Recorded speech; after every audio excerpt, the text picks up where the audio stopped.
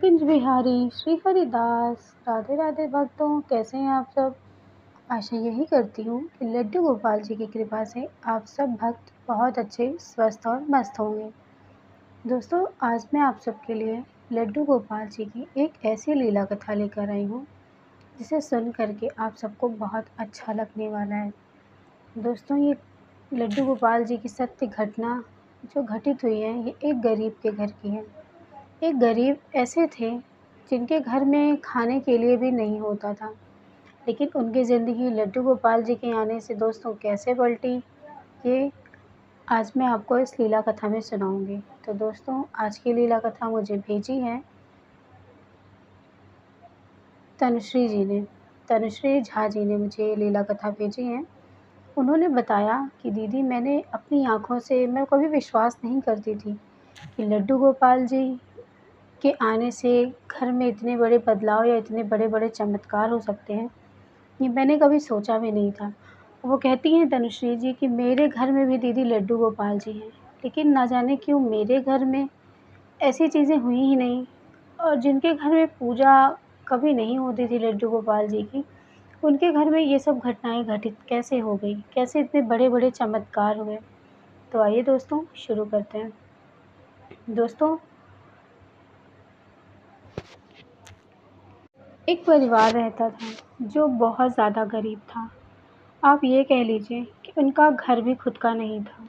वो एक जो पॉलीथीन होती है, पॉलीथीन और 4 डंडे को लगा कर के उन्होंने एक सीमेंट का पतरा लगा कर के उस घर में वो रहा करते थे। घर क्या कह लीजिए आप, झोपड़ी कह लीजिए, कि उस तरह के घर में वो रहा करते थे। उनकी 3 बेटियाँ थीं, बेटा था सबसे छोटा था। उनके जो हस्बैंड, मतलब जो हस्बैंड वाइफ़ रहते थे उस जगह पर, हस्बैंड जो हैं उनके, वो जो मिस्त्री होते हैं घर बनाने वाले दोस्तों, जो लेबर काम करते हैं उनके नीचे, वो काम किया करते थे। किसी के घर में खड्डा खोदना हो या किसी के घर में कोई भी काम होता था तो ये वो करते थे। उनकी जो पत्नी थी, वो घर में जा के सबके घर चूल्हा बर्तन किया करती थी, मतलब काम वाली बाई का काम किया करती थी। इस तरह से उनके घर का सब कुछ चल रहा था दोस्तों। लेकिन घर में इतनी गरीबी थी कि हमेशा काम नहीं मिल पाता था। जो उनकी पत्नी थी, जिनका नाम शारदा था दोस्तों, शारदा जी, मतलब हमेशा उनकी तबीयत ठीक नहीं रहती थी क्योंकि उनको बहुत ज़्यादा परेशानी होती थी, क्योंकि उनको शुगर था, शुगर की प्रॉब्लम थी। शुगर की प्रॉब्लम होने की वजह से दोस्तों वो ज़्यादा काम नहीं कर पाती थी, लेकिन फिर भी उनको ज़रूरत थी काम की, क्योंकि उनकी 3-3 बेटियाँ थीं, वो भी बड़ी हो चुकी थीं। बेटा सबसे छोटा था, तो सहारा किसी का नहीं था। तो इसी तरह से वो घर-घर जा कर के दोस्तों काम किया करती थी। उसके बाद जो उनके हस्बैंड थे, वो थोड़ा-थोड़ा कभी-कभी दारू वग़ैरह पी लिया करते थे। वो वैसे नहीं पीते थे, लेकिन जब उनको टेंशन हो जाती थी कि हमारा खुद का ना घर है, ना हमारे बच्चे बड़े हुए, ना हमारे बच्चों को हमने पढ़ा पाया, एक बेटा है वो छोटा है, हम कैसे अपनी आगे की ज़िंदगी जिएँगे? बस इन्हीं सब सोच में वो बहुत ज़्यादा शराब वग़ैरह पी लिया करते थे। तो इसी वजह से दोस्तों उनका भी लीवर ख़राब हो चुका था। वो कैसे भी ज़िंदा थे और वो भी ज़्यादा काम नहीं कर रहे थे। घर में बहुत ज़्यादा गरीबी थी। अगर शारदा जी काम नहीं करतीं तो शायद उनके घर में भुखमरी आ जाती। महीने में उनको जो भी पैसे मिलते थे वो अपना काम किया करती थीं। दोस्तों, इसी तरह से कुछ वक़्त बीता, 6 से 7 महीने बीत गए। शारदा जी काम करते हुए एक ऐसे घर में पहुँची जो एक बहुत ही बड़ा घर था। पहले तो वो वैसे हॉस्टल के जो बच्चे होते हैं, जो मतलब रूम लेकर के पढ़ाई वग़ैरह करते हैं, पहले वो वहाँ काम किया करती थीं। उसके बाद वो एक दिन की बात होती है, वो पहुँचती हैं एक ऐसे घर में जहाँ पर मतलब काफ़ी बड़े लोग थे, तो वो पहुँचती हैं किसी के ज़रिए से दोस्तों। उनकी एक मतलब बगल की ही थी, तो वो काम करने के लिए उनके घर में शायद कोई शादी पड़ी हुई थी, तो उन्होंने बोला कि 2-4 दिन के लिए तुम जाके काम कर दो, फिर उसके बाद मैं करने लगूँगी। वहाँ पे कुछ अच्छी खासी पगार भी इनको मिला करती थी, तो उन्होंने बोला कि मैं 4 दिन के लिए काम कैसे करूँगी? तुम कुछ दिन के लिए कर लो, तो वो कहती है अच्छा चल ठीक है, 15 दिन का काम तू कर लेना, 15 दिन का काम मैं कर लूँगी। तो इसी तरह से जो पैसे मिलेंगे आधे तू ले लेना, आधे मैं ले लूँगा, सॉरी ये ले लूँगी। ये सोच कर के जो शारदा जी थी वो कहती हैं ठीक है, तो वो चली जाती हैं वहाँ पर काम करने के लिए। दोस्तों, जब वो उस घर में पहुँचती हैं, वहाँ की उसका उनका घर देख कर के, उनके घर की सुख-सुविधाएँ देख कर के शारदा जी की आँखों में आँसू आ जाते हैं। वो बस तुरंत वहीं पर सामने जो बड़ी-सी भगवान जी की, राधा कृष्ण भगवान की वहाँ पे मूर्ति स्थापित की हुई थी वहीं पर मंदिर में, और वहीं पे एक बड़े से लड्डू गोपाल जी बैठे हुए थे। वो वहीं पर खड़े होकर कहती हैं कि हे प्रभु, ऐसा कौन-सा मैंने काम किया था इस जन्म में जो मुझे घर भी रहने के लिए नसीब नहीं है? और क्या इन्होंने ऐसा किया था जिनको ये घर नसीब है? मैंने तो आपने जम अपने जान में मैंने कभी भी किसी का दिल नहीं दुखाया, मैंने कभी किसी को बुरा-भला नहीं कहा। मेरे पति हैं, वो भी बहुत अच्छे हैं, उन्होंने भी कभी किसी का बुरा नहीं चाहा, बस वो परेशानी की वजह से इतनी शराब पीने लगे। बाकी हम लोग कभी कोई गलत काम नहीं करे, लेकिन फिर भी प्रभु हमारे घर में क्यों ऐसी समस्याएँ हैं? बस वो इतना कही, उसके बाद जो मेन वहाँ की थी वो आती हैं, वो कहती हैं, "तुम यहाँ पे क्या कर रही हो? तुम आज वो नहीं आई?" तो कहती हैं कि आज मैं उनकी जगह पर आई हुई हूँ, मैं कुछ दिन यहाँ पर काम करूँगी। तो बोलती हैं, "अच्छा चल ठीक है।" तो वो काम करने लगती हैं। जो शारदा थी वो थोड़ा-सी मिलनसार थी, वो किसी से बातें बहुत जल्दी घुल-मिल जाया करती थी और बातें भी किया करती थी। इसी तरह से शारदा जो उनके घर में उनकी दादी थी, वो उनसे बातचीत करने लगी। वो कहती हैं कि तू कहाँ रहती है? तो कहती थी कि मैं यहीं पर, मतलब उन्होंने अपना सारा कुछ बताया कि वो कैसी जगह पर रहती थी। तो कहती थी तू अपना घर क्यों नहीं ले लेती? तो कहती हैं मैं घर कहाँ से ले लूँ? मेरे घर में उतने खर्चे ही नहीं हो पाते कि मैं घर खरीद सकूँ अपने लिए। आजकल तो आप जानती हैं ना कि ज़मीन खरीदनी ही कितनी महँगी हो गई है, तो हम घर कहाँ से बनवाएँगे? उनकी जो दादी थी वो भी कहती हाँ, बात तो तू सही कह रही है। उसके बाद दोस्तों शारदा इसी तरह से काम करने के लिए डेली आने-जाने लगी। वो दादी से बातें करती, सब कुछ करती। एक दिन जब शारदा उनके घर पहुँचती हैं काम करने के लिए, तो देखती हैं कि वो लड्डू गोपाल जी को स्नान करा रही थीं। तो स्नान कराता हुआ देख कर के शारदा वहीं पर रुक जाती हैं। तो जो दादी होती हैं वो कहती हैं, "रुक क्यों गई? आ ना, आज तुझे भी थोड़ा-सा काम है यहाँ पे मंदिर में, थोड़ी-सी सफाई करनी है। तो मैं तुझे जो-जो काम बता रही हूँ, तो वो कर देना शारदा।" शारदा भी हाँ में सर हिला देती हैं, कहती ठीक है। तो वो कहती तू पहले यहाँ पर बैठ, तो वो बैठी रहती हैं। उसके बाद दोस्तों वो जो दादी होती हैं वो लड्डू गोपाल जी को स्नान कराती हैं, पंचामृत से स्नान करवाती हैं, फूलों से स्नान करवाती हैं, उनको इत्र से स्नान करवाती हैं। इसी तरह से वो उनको स्नान करवा कर के उनकी बहुत अच्छे से पूजा करती हैं, आरती वग़ैरह करती हैं, फिर प्रसाद लाकर शारदा को देती हैं। शारदा कहती हैं कि ये कौन से प्रभु हैं, कौन से भगवान हैं ये? राधा कृष्ण को तो मैं जानती हूँ, लेकिन ये कौन से भगवान हैं, मैं इनको नहीं जानती। तो वो कहती हैं दादी कि बेटा ये लड्डू गोपाल जी हैं। ये पता है तुझे, ये जिसके घर में जाते हैं ना, वो उसके घर में ना वो सारी चीज़ें ठीक कर देते हैं। उसके घर में बहुत खुशियाँ आती हैं। बस शारदा ने इतनी ही बात सुनी थी। शारदा मन में अपने कहती हैं कि अगर इनको ले जाने से हमारे घर में खुशियाँ आएँगी, तो ऐसा करती हूँ, मैं भी इनको खरीद लेती हूँ। मैंने देखा था मंदिर के बाहर ये मिल रहे थे, मैं भी इनको ले लेती हूँ, हो सकता है मेरे घर में मेरी भी परेशानी दूर हो जाए। तो बस वो इतना सोच कर के इसी विश्वास के साथ वो 15 दिन बीत जाते हैं दोस्तों, यही सब सोचते हुए शारदा ने यहाँ तक सोच लिया था कि वो कैसे अपने घर में लड्डू गोपाल जी को लेकर जाएँगी और जाते ही उनके घर में सारी चीज़ें ठीक हो जाएँगी। बस शारदा यही सब सोच कर के बहुत खुश हो कर के खूब काम करती थी उनके घर में मन लगा कर के। दादी से भी बहुत अच्छे से बात करती थी। उसके बाद 15 दिन बीत जाते हैं दोस्तों। 15 दिन के बाद शारदा का वहाँ पर आना बंद हो जाता है।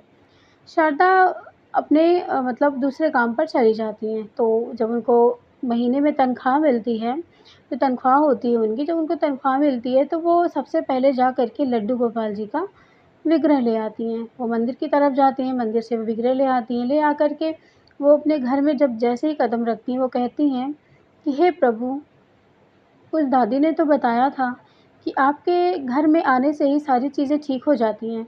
तो बस मैं जैसे ही यहाँ पर कदम रखने वाली हूँ प्रभु जी, आप मेरे घर के सारे दुखों को हर लीजिए। इतना कह कर के वो दोस्तों लड्डू गोपाल जी को ले जा कर के वहीं पर बिठा देती हैं। बिठाने के बाद वो अपने कामों में लग जाती हैं। लड्डू गोपाल जी को वैसे बैठे रहते हैं दोस्तों। उसके बाद वो अपने जो उनका जो काम होता है वो करते हैं, उनके हस्बैंड भी अपने-अपने काम पर जाते हैं। तो इसी तरह से दोस्तों 1 हफ़्ते बीत जाते हैं। 1 हफ़्ते बीत जाते हैं, शारदा कहती हैं कि जब से मैं इनको लेकर के आई हूँ, तब से ये वैसे के तो वैसे ही बैठे हुए हैं और मैंने इनको कुछ पहनाया भी नहीं है। ऐसा करती हूँ मैं आज इनके लिए कुछ वस्त्र लेकर आती हूँ।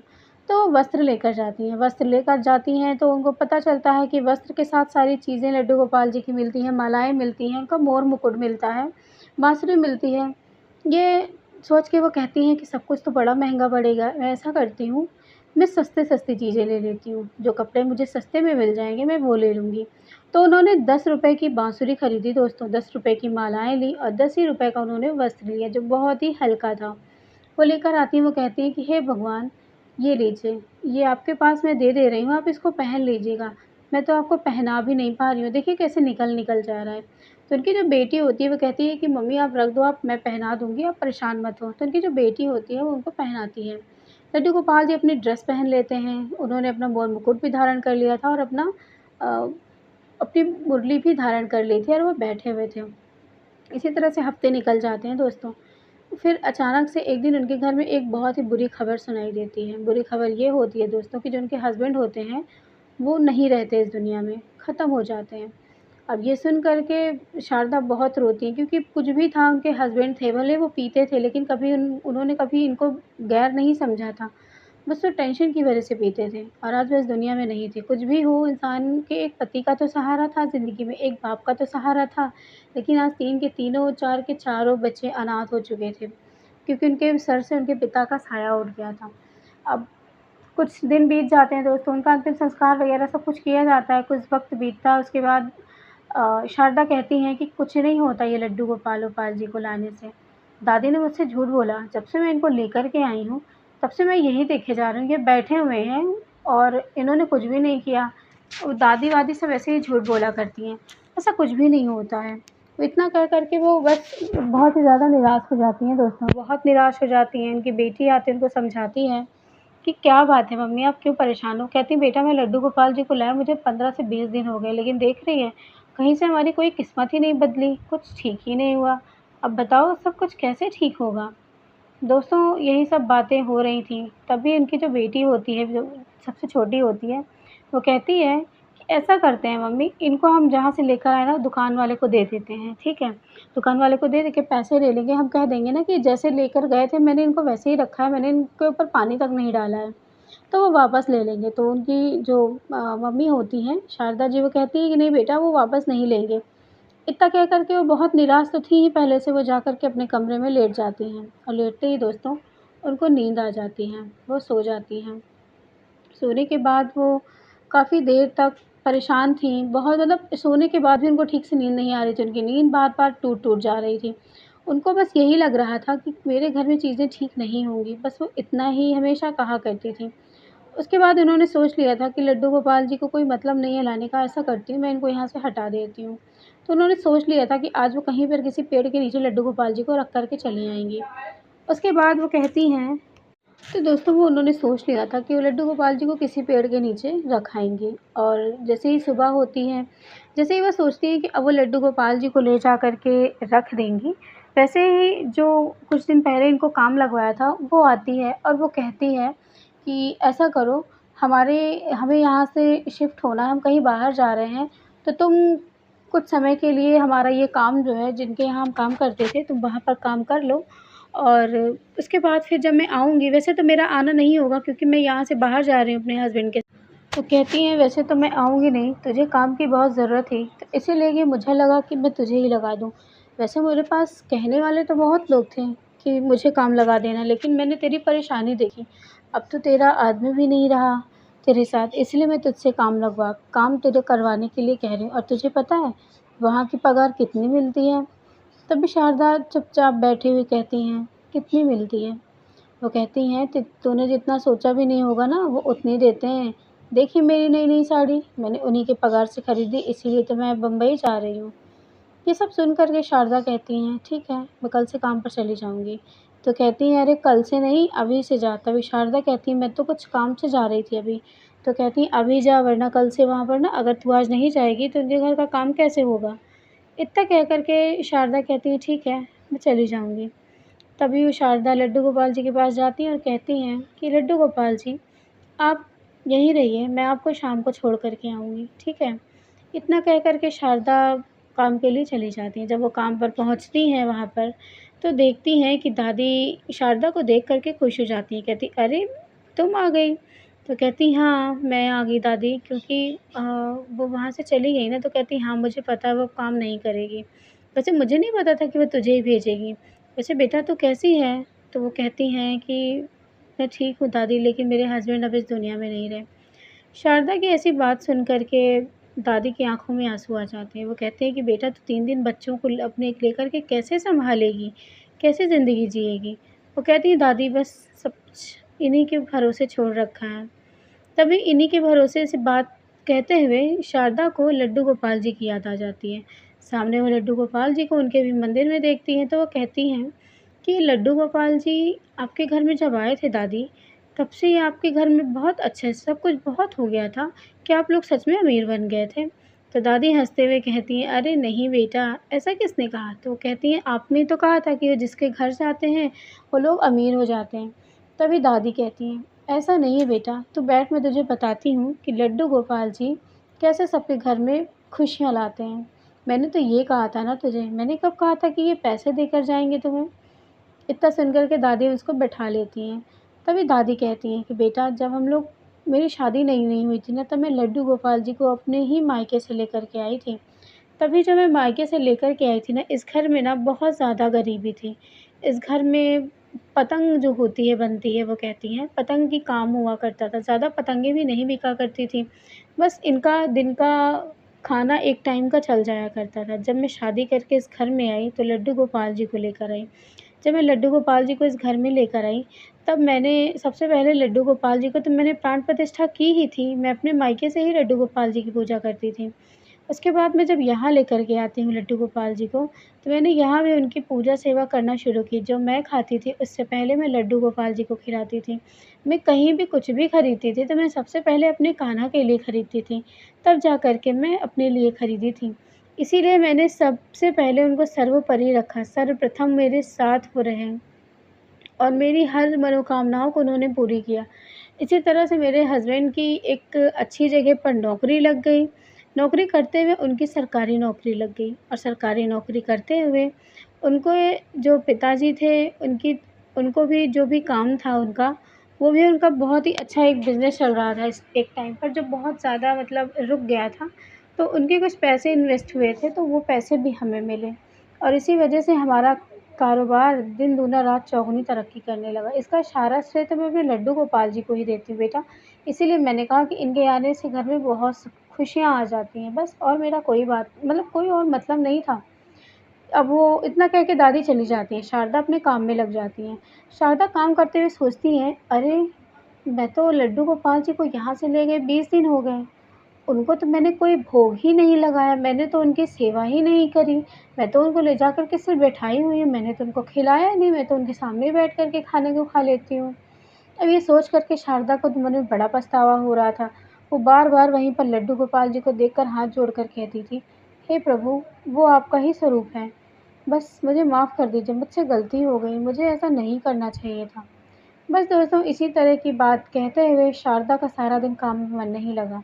वो इधर-उधर काम कर के दादी से कहती है कि दादी आज मुझे छुट्टी दे दीजिए, मैं कल से सही टाइम पर आ जाऊँगी। दादी भी कहती है ठीक है बेटा जाओ। वो जाती हैं घर में सबसे पहले लड्डू गोपाल जी के लिए बाज़ार से बताशे खरीदती हैं दोस्तों। वो ₹10 के बताशे खरीदती हैं, वो ₹10 का बताशा ले जाती हैं और लड्डू गोपाल जी को भोग लगा देती हैं।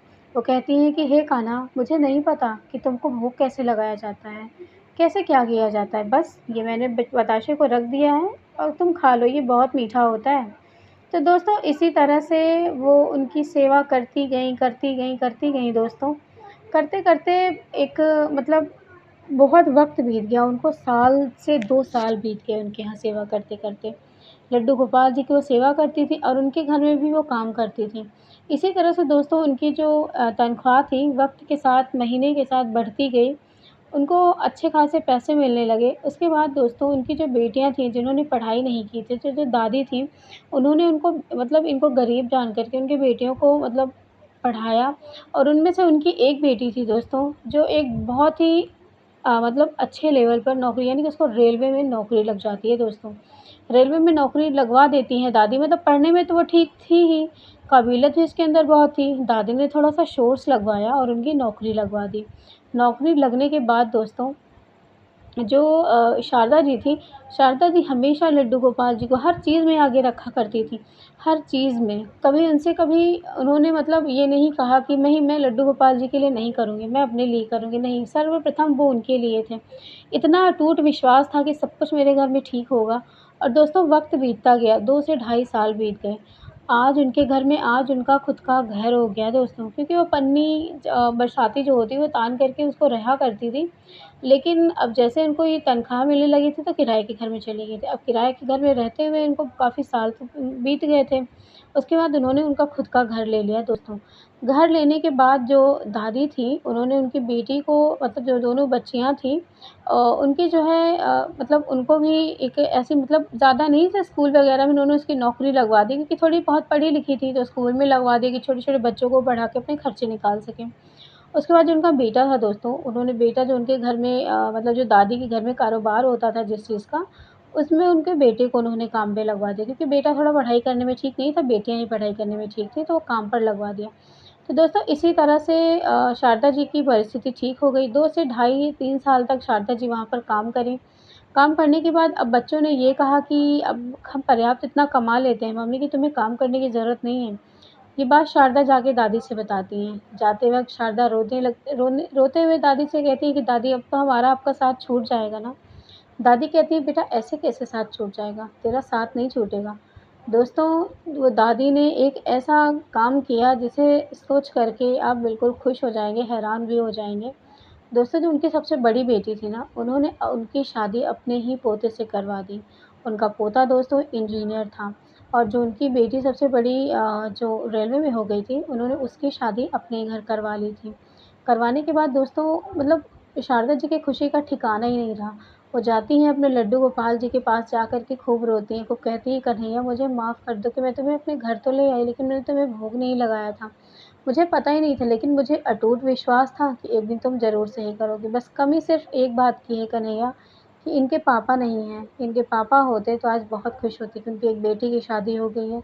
दोनों बेटियाँ अच्छे से लगी हुई हैं, दोनों बेटियों के भी कभी न कभी हाथ पीले ही हो जाएँगे।" तो दोस्तों ये सब बातें वो कहती हैं लड्डू गोपाल जी से, उसके बाद वो बहुत ज़्यादा खुश हो जाती हैं। दादी से कहती हैं कि दादी आपका बहुत-बहुत धन्यवाद कि आपके यहाँ पे मैं काम करने आई, तो लड्डू गोपाल जी को मैंने भी अपने घर में विराजमान किया। उसके बाद वो हमारे घर की सच में उन्होंने काया पलट दी। आज हमारे पास सब कुछ है दादी, किसी चीज़ की कमी नहीं है। उसमें सारा श्रेय लड्डू गोपाल जी का जाता है, उसके बाद आपका जाता है। अगर आपसे शायद मैं मिली ना होती, लड्डू गोपाल जी के मैंने किस्से ना सुने होते, तो शायद आज मैं भी ऐसी जगह पे रहती। तो दादी कहती हैं कि बेटा सबसे बड़ी चीज़ होती है विश्वास। हमें हर चीज़ में विश्वास बनाए रखना होता है कि हाँ, मुझे ये चीज़ मिलेगी और मैं खुश रहूँगी, मेरी ये चीज़ें ठीक होंगी। हमें सब अच्छा ही बोलना चाहिए और दोस्तों तभी सब कुछ बहुत अच्छा होता भी है। तो दादी ने सब कुछ किया, दादी ने बहुत हेल्प करी दोस्तों शारदा जी की। शारदा जी आज बहुत ही अच्छे से रहती हैं, उन्होंने दोनों बेटियों की शादी भी कर ली है। अभी छोटे बेटे की शादी उन्होंने नहीं करी है, वो उसके लिए भी ढूँढ रही हैं और लड्डू गोपाल जी की खूब सेवा करती हैं। लड्डू गोपाल जी के साथ वो राधा रानी को भी लेकर आई हैं, क्योंकि वो वृंदावन धाम गई थी घूमने के लिए, वहाँ से लेकर आई हैं और आज भी उनकी सेवा करती हैं। तो दोस्तों सबसे बड़ी चीज़ होती है विश्वास। हम लोग सोचते हैं कि हम भगवान को घर लेकर आते हैं और सब कुछ ठीक हो जाता है, नहीं। जब हम भगवान को अपने घर लेकर आते हैं ना दोस्तों, तो हमारे कर्म अच्छे हो जाते हैं, हम कभी कोई गलत काम नहीं करते। हम भगवान की भक्ति सेवा में इतना लीन रहते हैं ना, कि हमें कभी कोई हम गलत कार्य करने की हमारे मन में सोचती ही नहीं है। इसी अच्छे कर्मों की वजह से दोस्तों जो हम यूनिवर्स होता है हमारा ना, वो हमारे अच्छे कामों की वजह से वो हमसे कनेक्ट होता है और जब कनेक्ट हो जाती है कोई चीज़ें ना दोस्तों, तो हमें सब कुछ मिल जाता है अपने जीवन में। तो वही चीज़ शारदा जी के साथ हुई। तो दोस्तों ये लड्डू गोपाल जी का चमत्कार था, जिन्होंने एक गरीब घर में आए लड्डू गोपाल जी, उनका जीवन बदल के रख दिया। तो ये थी कहानी दोस्तों, आप सभी को कैसी लगी मुझे ज़रूर बताइएगा। तो चलिए आप सभी मेरे साथ एक बार जयकारा लगाइए, जय कन्हैया लाल की, जय लड्डू गोपाल की। तो दोस्तों आज तक की ये थी घटना, आप सबके पास भी अगर लड्डू गोपाल जी से जुड़ी हुई कोई भी लीला कथा हो तो आप मुझसे शेयर कर सकते हैं और चैनल को सब्सक्राइब ज़रूर कीजिएगा, लाइक ज़रूर कीजिएगा, शेयर ज़रूर कीजिएगा। तो चलिए मिलूँगी लड्डू गोपाल जी की फिर से नई लीला कथा के साथ, तब तक के लिए राधे राधे।